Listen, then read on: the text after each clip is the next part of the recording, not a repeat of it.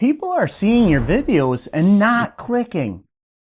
And the worst part is, they look like they should be working. The title makes sense, your thumbnail looks right, the video is clear. But when people see it, they don't click. In that moment right there, that's where most fishing creators get stuck. Welcome to the Fishing Channel Lab, where I analyze what the biggest YouTube educators are teaching and apply it to fishing creators just like you. And what you're about to see is why your videos can look right, but still get ignored. There's a very specific moment that decides if your video gets a click. Not when you publish, not when you share it, but the moment someone sees it. Think of it like sight fishing. You see a bass on a bed. You pick up your finesse rod and you tie on a drop shot. You add your favorite green pumpkin wacky worm. You place the bait just beyond the bed and you start working it back. The fish sees it. It moves towards it like it's about to commit. But then it doesn't. It just follows, watching, as you twitch the bait along. That's what's happening to your videos. People are seeing them, but something stops the click. And that something isn't random, it's a signal problem. When your video gets impressions, YouTube is running a very simple test. Do people click this or not? That's it. Not how good your video is, not how long you spent editing, but just this. Does this make someone stop and click? If the answer is no, YouTube doesn't push it. Not because it hates your channel, but because it didn't see a strong enough reaction. This is where most fishing creators get confused.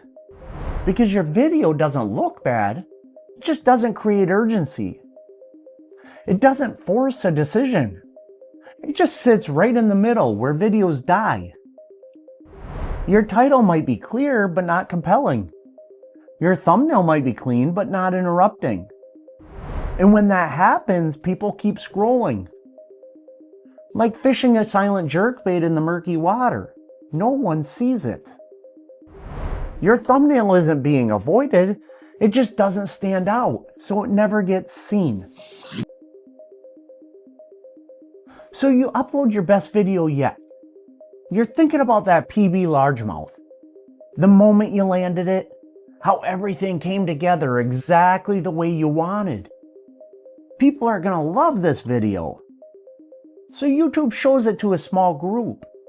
They see it, and for a split second it feels like it might work. But then they hesitate, just long enough to think about it. And they keep scrolling. They don't click. And that single moment, that one decision, tells the system everything it needs to know. YouTube doesn't overreact. It doesn't punish you. It just quietly pulls back, showing the video to fewer and fewer people as the response stays the same. Until eventually, it just stops. Not because the video was terrible, but because it never created a strong enough reason to click in the first place. And once the system believes that, it just moves on. So what do you do about it? You don't start by fixing the video. You start by fixing the moment that decides whether it gets watched at all. Because if that moment doesn't work, nothing else matters. So here are the 3 things to change that. Number 1, force a clear outcome.